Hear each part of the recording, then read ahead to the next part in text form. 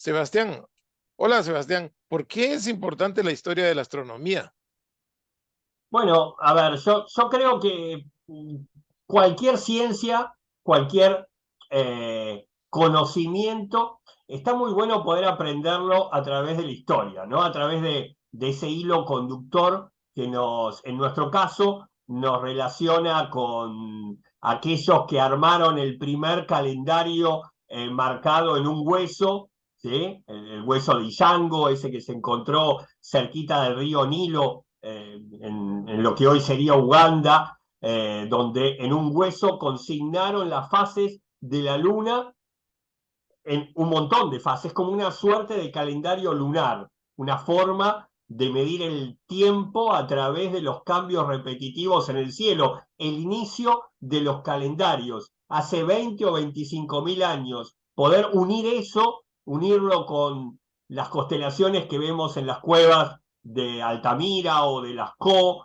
en Europa, unirlo con, no sé, Göbekli Temple en Turquía, donde un petroglifo nos cuenta la caída de un cometa hace 12.000 años que cambió la climatología de una enorme zona de Eurasia, y traerlo hacia nuestros días, ¿no? Hacia esta astronomía que hoy relacionamos con agujeros negros, galaxias que chocan, telescopios espaciales, en definitiva, poder encontrar esa ligazón que une un astrónomo egipcio como Twenti o los árabes como Al-Batani con su astrolabio, al Sufí, que fue el descubridor de las nubes que hoy llamamos de Magallanes, pero que en realidad deberían llevar su nombre, con nosotros, ¿no? Hay determinados temas que podemos hacer como un corte transversal entre la antigüedad y los descubrimientos actuales, y eso creo yo nos permite entender los descubrimientos de hoy mucho mejor. Oye, mira, estaba leyendo sobre Magallanes, precisamente, este Mirá, gran navegante, y me pregunto yo si la astronomía se volvió una necesidad por estos navegantes. ¿Crees tú que haya sido a a raíz de sus viajes, que la astronomía adquirió más importancia? desde luego la astronomía y la navegación, vos sabés muy bien que tienen una relación muy estrecha, ¿no? Desde luego siempre relacionamos a los hombres de mar, ubicándose con las estrellas. En definitiva, viendo qué lugar ocupan en el globo, o hoy diríamos qué tan lejos están del Ecuador, es decir, qué latitud están manteniendo en el viaje, a través de la altura de determinadas estrellas sobre el horizonte. Eso, en definitiva, es relativamente fácil. Si tengo una basestilla, un sextante, un cuadrante, instrumentos muy simples que miden ángulos en el cielo, yo puedo determinar relativamente fácil la latitud. La longitud ya era una cosa más complicada, ¿sí? Durante la época de las magníficas exploraciones del mar, los países que eran más navegantes, los reinos bueno, hoy diríamos de los Países Bajos, pero también España, Portugal, Inglaterra, Francia, tenían este problema de perder muchísimos barcos, muchísimas vidas arriba de esos barcos, por no poder determinar la longitud, es decir, qué tan lejos se encontraban de un determinado sitio elegido por convención, como hoy nosotros elegimos el meridiano de Greenwich en Inglaterra, pero como en otras épocas fueron París, Roma, la isla de Feroe, la isla de Hierro, eh, Londres mismo. En definitiva, todos esos reinos hicieron concursos, ¿sí? Para ver quién nos resolvía la idea de cómo determinar la longitud. Y para determinar la longitud yo necesito un reloj independiente a bordo de la nave, ¿sí?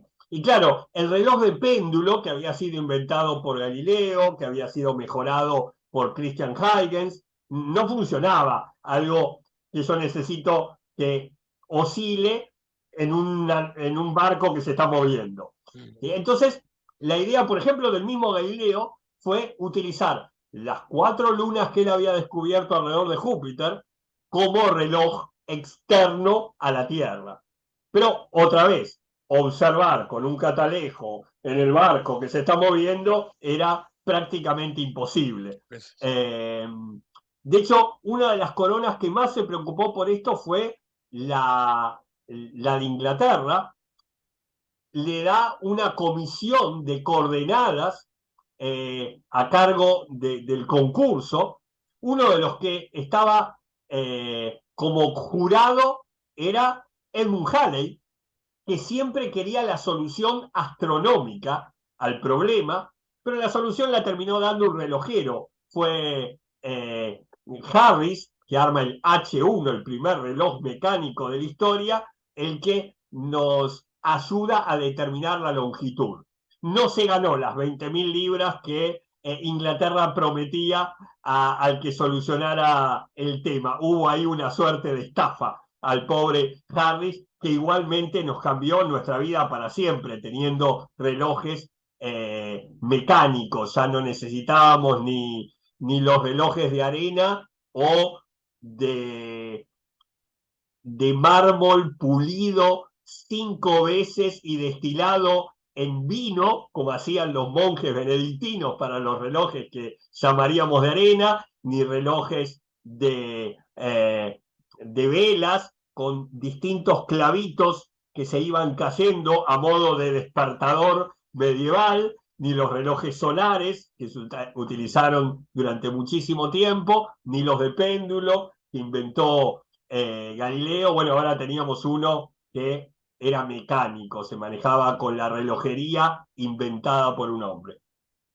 interesante porque actualmente también yo me imagino que los futuros astronautas, los que van a ir a Marte, son como navegantes que tendrán que tener puntos de referencia para poder dirigir, ah, aunque la nave va muy automáticamente, pero los ingenieros de la NASA o de la ESA deben de usar estrellas para tenerlos como puntos de referencia. Es así ahora con las misiones espaciales también. Así que Bueno, Artemisa va con una suerte de constelación de satélites cubo que van a ir guiando el viaje, ¿no? Pero me hiciste acordar, década del 90, la NASA envía a una nave, la Galileo, hacia Júpiter, ¿no?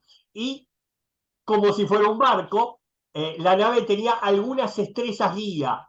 En definitiva, en su trayecto hacia Júpiter, a la nave en realidad se le decía, anda hacia estas estrellas que están del otro lado, que están mucho más allá. Y una de las estrellas, un error de la NASA, era una estrella variable. Y es un argentino, un observador aficionado argentino llamado Sebastián Otero, el que advierte a la NASA, oigan, están usando a Delta Velorum. Delta Velorum es una estrella variable, la nave se enloquece.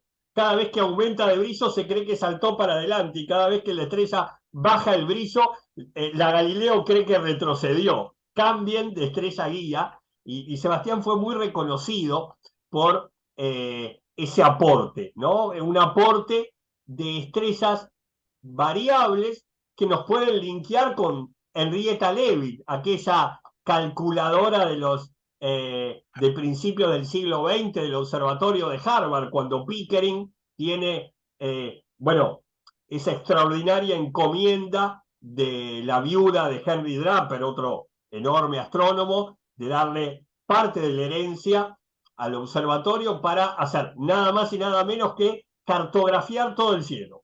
Una tarea titánica que iba a requerir muchísimo tiempo, muchísimo trabajo, y si bien había bastante dinero, nunca era suficiente, y Pickering dice, voy a contratar mujeres, son muy minuciosas, ¿sí? Trabajan de manera muy ordenada y cobran menos que los hombres.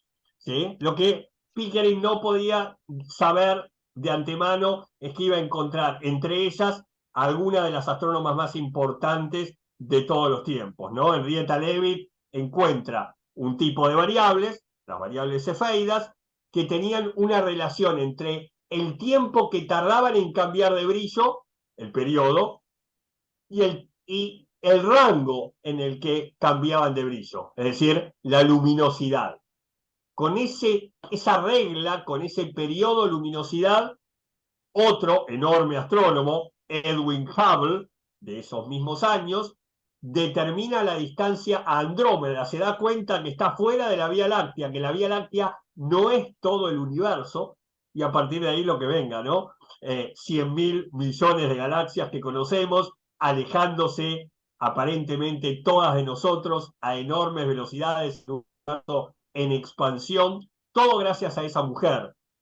Saber que las estrellas brillan porque en el centro convierten hidrógeno en helio y lo que queda son algunos fotones, luz, algunos neutrinos y algunos rayos gamma, calor, ¿sí? Eso lo sabemos gracias a Cecilia Payne, a Ann Cannon, ¿sí? Aquellas que nos legaron la clasificación de las estrellas, el A, B, A, F, G, K, M, ¿sí? Con que dividimos a las estrellas por color, por temperatura, por edad, y en definitiva, a ver, es muy lindo poder hacer esta relación, ¿no? El Sebastián Otero que yo te cuento con estas Claro. enormes astrónomas de principios del siglo. Ahora pienso, cambiando de tema, supernovas, ¿sí? Los Anasazi en el norte de América, lo que hoy sería el Gran Cañón en Estados Unidos, observando en el año 1054 una supernova y consignándolo en la piedra. En la misma época, esa misma estrella la ven los chinos, los coreanos, se ve en África, se ve en Sudamérica, se ve poco en Europa y nos da la pregunta de qué pasaba en Europa, que había muy buena astronomía y no vieron esto. Había enormes volcanes erupcionando justo en ese momento y tapando el cielo y nos abre otras preguntas. Y a esa supernova de los Anasazi la linkeamos con 1572. Tycho Brahe ve una estrella nueva en el cielo y dice, el cielo tiene todavía cosas para descubrir, yo quiero ser parte de esto. Y nace su vocación por la astronomía. Muy poquitos años después, 1604, Kepler ve otra supernova y al mismo tiempo la ve Galileo en Italia y organiza, como organizarías vos o yo, una serie de conferencias de divulgación de esta estrella nueva. Y se me ocurre, en el año 2008,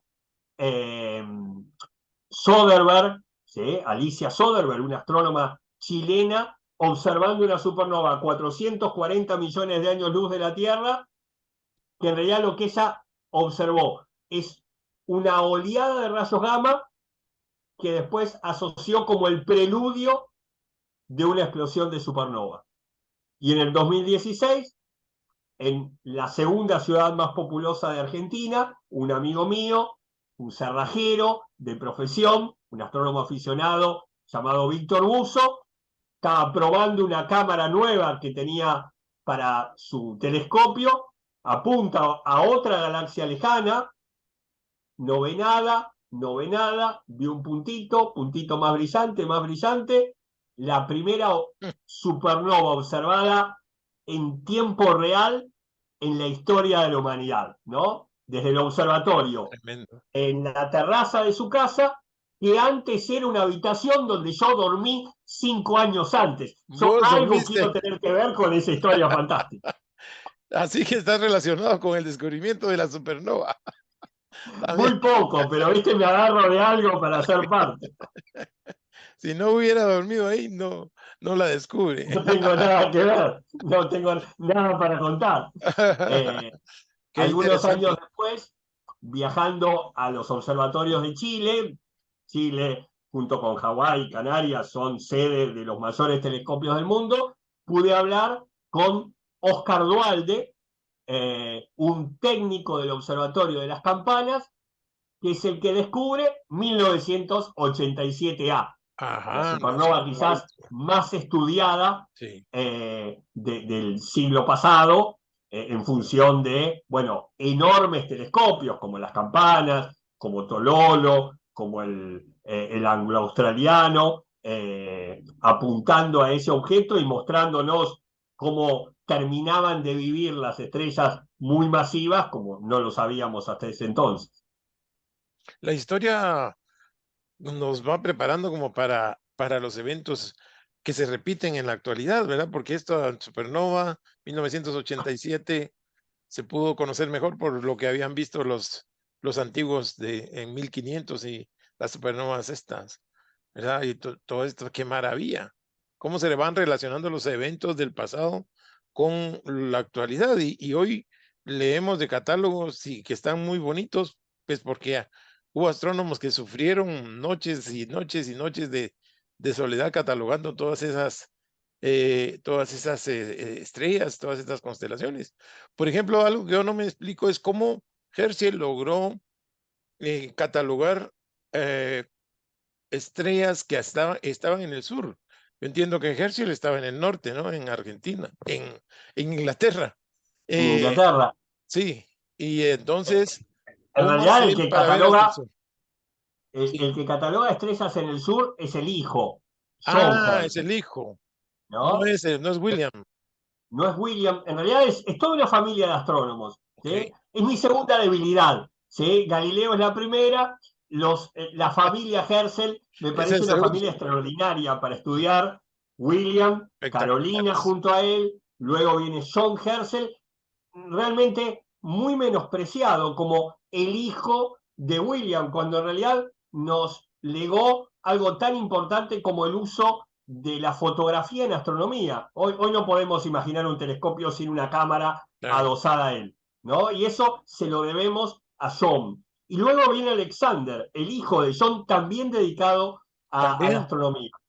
Ah, Es qué John el que viaja a la isla de Santa Elena, en Sudáfrica, a observar el hemisferio sur, observa el cometa Halley, eh, cataloga varios miles de estrellas del hemisferio sur, no era el primero, años antes en la misma isla había hecho el primer catálogo de estrellas australes Edmund Halley, ah, ¿sí? De el hecho, descubridor. luego John vería el cometa que él había propuesto que iba a aparecer 62 años Ajá. después. Eh, y de hecho es el mismo sitio donde en 1909 vendrá otro enorme astrónomo observacional como es Eddington a observar un eclipse, a ver que las estrellas que estaban justo en el limbo del disco solar tapado por la luna durante el eclipse se observaban en un espacio curvado, como había propuesto 4 años antes Albert Einstein, y le escribe el telegrama a Einstein de que había comprobado su teoría de forma observacional. ¿Sí? Esas son las magníficas observaciones que se hicieron en nuestro hemisferio por grandes personajes del hemisferio norte. Igual que si vos venís, igual que cuando vengas a Argentina a observar, Edgar, vas a ser otro astrónomo del hemisferio norte que venga a ver las estrellas que tenemos acá en el sur. Y cómo se complementaron todos, ¿verdad? Unos en el norte, otros en el sur. Y hoy tenemos esos grandes y maravillosos catálogos que ya solo tenemos que buscarlos en una computadora con un programa y ya podemos observarlos tanto el norte como el sur. Pero todo cómo se construyó eso, me encanta esto de la historia de la astronomía y me encanta. Pensá los primeros catálogos, pensemos en el catálogo Messier, ¿sí? Charles Messier, un enorme astrónomo Otro, observacional, claro, eh, a él le encantaban los cometas, ¿no? Y sí, los cometas, cuando están muy lejos del Sol, no tienen una cola todavía. En sí, realidad son un objeto nuboso. sí, sí. Y Messier veía una nubecita y decía, un cometa nuevo. No, no es la misma nubecita que está ahí al lado de tal estrella. No, la voy a anotar para nunca más prestarle atención. En realidad odiaba esas nubecitas. Y armó un catálogo de cerca de 100 Ujú. objetos nubosos. Hoy es el primer catálogo de objetos de cielo profundo. Ahí hay nebulosas, hay cúmulos de estrellas, hay galaxias, y linkeado con eso, otra vez nos aparece William Herschel, que dice, yo soy el mejor constructor de telescopios de la época. Herschel, además de ser un enorme astrónomo observacional, construyó más de 400 telescopios. De hecho, muchos observatorios que siguen hasta hoy en día se inauguraron con telescopios construidos por Herschel. Y dijo, mis telescopios son mejores, así que voy a poder ver más que el francés, en esa típica siempre pelea entre franceses e ingleses. Y claro, termina descubriendo 2.500 nebulosas más, lo que sería el inicio de lo que hoy entendemos como el New General Catalog, ¿no? Que va a ampliar su hijo John, eh, y luego muchos otros, incluso hasta nuestros días, ¿no? Pero es el mismo Herschel que dice, estas nubes pueden llegar a ser como islas en el universo, universos islas. Todavía no los llamó galaxias, pero faltaba un siglo para que se le cambiara el nombre y empezáramos a tener una fisonomía del universo parecida a la que entendemos hoy. En una familia magnífica, ¿no? Muchas veces los descubrimientos de estrellas dobles, de variables, de nebulosas, no sabemos muy bien si atribuírselo a William o a su hermana Carolina, que trabajaron siempre juntos, a la par, y probablemente muchos descubrimientos de Carolina, que fue la primera mujer en obtener una medalla de la Royal Society, los conocemos como descubrimientos de su hermano y quizás no lo son.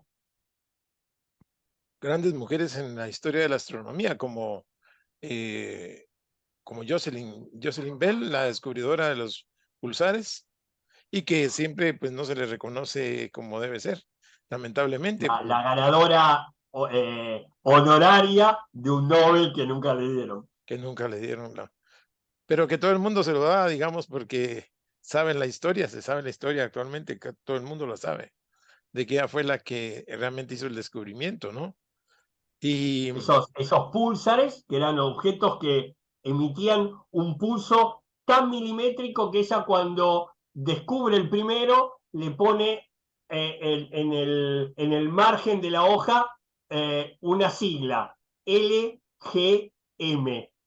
Eh, era la sigla en inglés de pequeño hombrecito verde. Creyó Jocelyn Bell que estaba descubriendo vida extraterrestre. De hecho, se lamentó de no voy a poder seguir mis trabajos de astrofísica porque me topé con este descubrimiento que ahora va a enloquecer a todo el mundo. ¿No? Bueno, ese descubrimiento que seguramente enloquecería a todo el mundo, todavía lo estamos esperando. todavía el SETI lo está buscando. Sí, Claro. mira, una pregunta, ¿Hipatía existió realmente o es una leyenda? No, no, existió. A ver, probablemente no existió de la forma que lo muestra la película ahora, ¿no? Donde le asocian al personaje protagonizado por Rachel Wells algunas cosas que no le eran propias de Hipatia. No sabemos si Hipatia era heliocentrista, aunque fue posterior, desde luego, a Aristarco de Samos, que fue el primero en proponer que el Sol era el centro del sistema del mundo y no la Tierra, ¿no? En la película también le asocian darle un movimiento a la Tierra de una elipse, como en definitiva lo iba a plantear Apolonio, en su famoso cono de Apolonio, de donde salen todas las figuras que tienen que ver con los movimientos en el universo, las cónicas, Las ¿no? La cónicas, sí. elipse, la hipérbola, la parábola, el círculo, pero no sabemos si Hipatia lo hizo. Sí, Hipatia fue una enorme filósofa, una enorme observadora del cielo, utilizando los instrumentos que venían incluso del mundo árabe, el astrolabio que había descubierto Al-Batani, quizás sextantes, quizás cuadrantes, distintos instrumentos para medir alturas en el cielo. Eso fue Hipatia, ¿sí? La entendemos, además de como una de las primeras mártires de la ciencia por cómo terminó su vida, como una enorme representante del conocimiento antiguo. Bueno, linkeado, aunque en la última parte, con una enorme tradición de la astronomía egipcia, que nos da Claro. el primer astrónomo, 20, nos da el primer, yo digo en broma muchas veces, el primer planetario, ¿sí? Porque en el templo de Hathor, en Dendera, hay una pintura en el cielo donde está todas las constelaciones observables desde Egipto, asociadas a las constelaciones de la mitología egipcia. Algo precioso, ¿no? Una suerte de planetario antiguo que podían disfrutar quienes cruzaran las puertas de ese templo. Y en definitiva, los egipcios nos van a dar el calendario solar, ¿sí? El calendario de 365 días y fracción, con las correcciones sucesivas, no las que llegan a nuestra época, porque en nuestra época lo que usamos es el calendario impuesto por el Papa Gregorio XIII, ¿sí? En 1582, luego de una enorme comisión de eruditos de la cual Copérnico no quiso participar, ¿sí? Diciendo que en realidad él no estaba a la altura, cuando en definitiva era uno de los astrónomos más importantes de la época, pero intuyo que Copérnico tenía en mente otras observaciones para hacer y no se quiso meter en el lío. Mira, y hablando de personas polémicas de la historia, ¿qué opinas de Ptolomeo? Unos lo tienen como un gran astrónomo de la historia, otros lo tienen como con una visión un poco limitada por ser geocentrista. En realidad Ptolomeo es un extraordinario personaje de la historia de la ciencia. En definitiva, es un maravilloso compilador de conocimiento astronómico para lo que nos importa a nosotros. Ptolomeo pone en el libro que luego los árabes llamarían el Almagesto, porque Almagesto. era para ellos el más grande, eso significa Almagesto, por ejemplo, el catálogo de Hiparco, que es el primer hombre en Occidente, porque yo en mi curso de historia de la astronomía voy a contar que los chinos hicieron un catálogo mucho antes, pero en Occidente el primero en catalogar 1050 estrellas con su posición y su brillo aparente. Eh, Constelaciones propias y constelaciones de otros, pone Ptolomeo en el Almagesto. Pone el modelo geocéntrico porque en definitiva tenía que ver con una cuestión jerárquica que la ciencia siempre ha tenido y tiene en la actualidad. Digamos, Ptolomeo toma el modelo aceptado por Aristóteles. Bueno, si dice Aristóteles que es la Tierra y no el Sol, hagámosle caso, ¿sí? Pero en definitiva en la antigua Grecia conviven esos dos sistemas.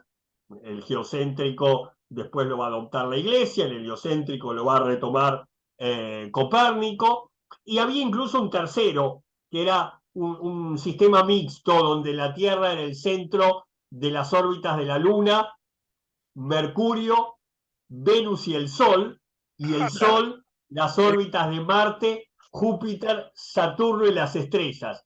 Y de hecho lo retoma Tycho Brahe en la Edad Media. Incluso, al retomarlo un astrónomo tan importante como Tycho, ayuda al heliocentrismo, porque en la antigüedad no pasaba nada, pero en la Edad Media no eran órbitas, eran orbes, ¿sí? Eran como recipientes de éter, de ese elemento que estaba predestinado a los objetos supralunares. Y si eran bowls, ¿sí? Si eran ensaladeras, no podían entrecortarse. Entonces el sistema ahí no funcionaba, ¿sí? Y eso en definitiva hizo ver al heliocentrismo como un modelo mucho más armonioso, mucho más simple y mucho más interesante como para seguir. ¿Vas a hablar de Fred Hoyle también en tu historia de la astronomía?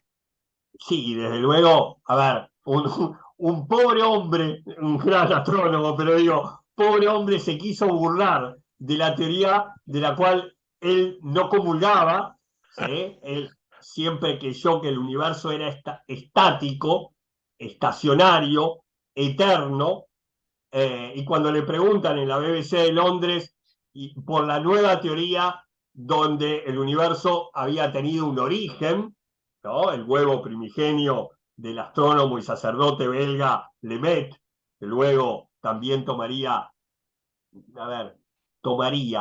¿sí? Tomaría en un congreso y propondría un año después Edwin Hubble.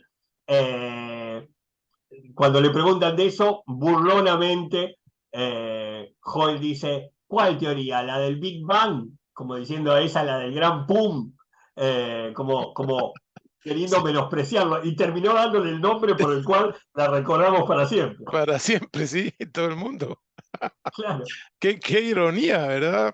Él se quería burlar y quedó, se acuñó Y el terminó término. siendo un genio del marketing, ¿no? Porque ese nombre lo recordamos después. Qué fantástico. Pero mira, yo creo que a mí se me hace que vos sos un viajero en el tiempo, porque hablas de todo esto como que si hubieras estado ahí presente, como que si hubieras visto todo. En Y es algo definitiva, que me creo encanta. a ver, es otra vez lo que yo te decía, Edgar. Me parece la mejor manera de entender una ciencia, en este caso, que tanto nos apasiona como la Sí, astronomía, poder recorrer lo que se hizo en la medialuna fértil entre los ríos Éufrates y Tigris, cuando empezamos a observar sistemáticamente el cielo, ¿sí? Ahí aparecen, no sé, las tablas de Mulapin, ¿no? Donde, por ejemplo, está consignado durante 250 años la posición de Venus. A ver, los sumerios no sabían que Venus giraba alrededor del Sol, no sabían que lo hacían antes que nosotros en orden, no sabían que Venus tardaba 225 días y nosotros 365. Lo venían siguiendo durante 250 años. Obviamente sabían dónde iba a estar mañana, ¿sí? Por repetición. Ese estudio sistemático que de hecho nosotros hemos perdido, hoy nosotros observamos más eventualmente, observamos el evento. Nos interesa Marte cuando está en oposición, nos interesa Júpiter cuando está en conjunción con Saturno, nos interesa el Sol cuando hay eclipse. ¿Sí? No seguimos un objeto durante tanto tiempo, aunque no ocurra nada de destacar. Ahí nace la astronomía. Y todos los eventos de la historia de la astronomía los podemos relacionar con la actualidad. Si hoy vos me decís, bueno, pero hay gente alocada que cree que vivimos en una tierra plana, no estudiaron que ya Eratóstenes se fijó en la biblioteca de Alejandría, de la cual era director, que un poste vertical en Siena no proyectaba sombra el mismo día que las columnas de la biblioteca en Alejandría sí lo hacían, que la Tierra entonces tenía que tener una concavidad y que contrató a una persona a recorrer la distancia entre Siena y Alejandría. Habrá venido muy cansado porque eran 800 kilómetros que le contó que lo separaban y con cuentas muy fáciles, a partir de esos dos datos, calculó que la Tierra tenía aproximadamente unos 40.000 kilómetros de circunferencia, un número muy aproximado al actual. Eh, y entonces aprendimos hace 2000 años que la Tierra es esférica y el tamaño que tiene. Aun cuando mucho después, sin salir de lo esférico, pero Voltaire en París creía que la Tierra era como una pera.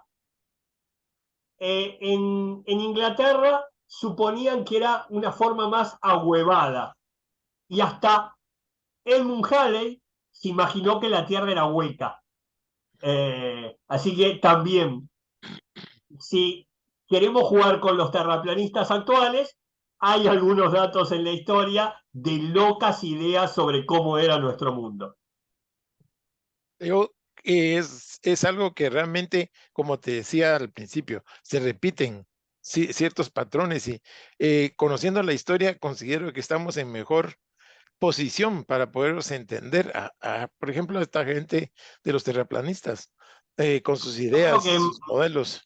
incluso más que entenderlo, creo que la palabra sería valorarlo. Ujú, Valorar los sí, descubrimientos astronómicos sabiendo cuándo los aprendimos, cuánto nos costó así aprenderlos es, y todos así los es. idas y vueltas que tuvimos que hacer, los caminos andados y desandados para conocer lo que hoy en cualquier curso de divulgación podemos disfrutar. Bueno, Sebastián, se me terminó el tiempo, pero yo quiero, antes de que decirte adiós, quiero recomendar a todas las personas que nos ven en este video a que tomen el curso de Historia de la Astronomía con Sebastián Muso. Él es realmente un excelente expositor de este tema. Vieron ustedes de aquí, yo estoy animadísimo ya con esto del curso, porque realmente es como vivirlo, como vivir la historia, como entender por qué son las cosas que uno ha asumido que ahí están, porque siempre estuvieron y no es así. No, no estuvieron siempre, sino que fueron construidas poco a poco con mucho trabajo, mucho sufrimiento de muchos astrónomos de la antigüedad. Así que yo creo que eso es una gran riqueza que tendremos pronto disponible en la Universidad Galileo a partir del 17 de enero.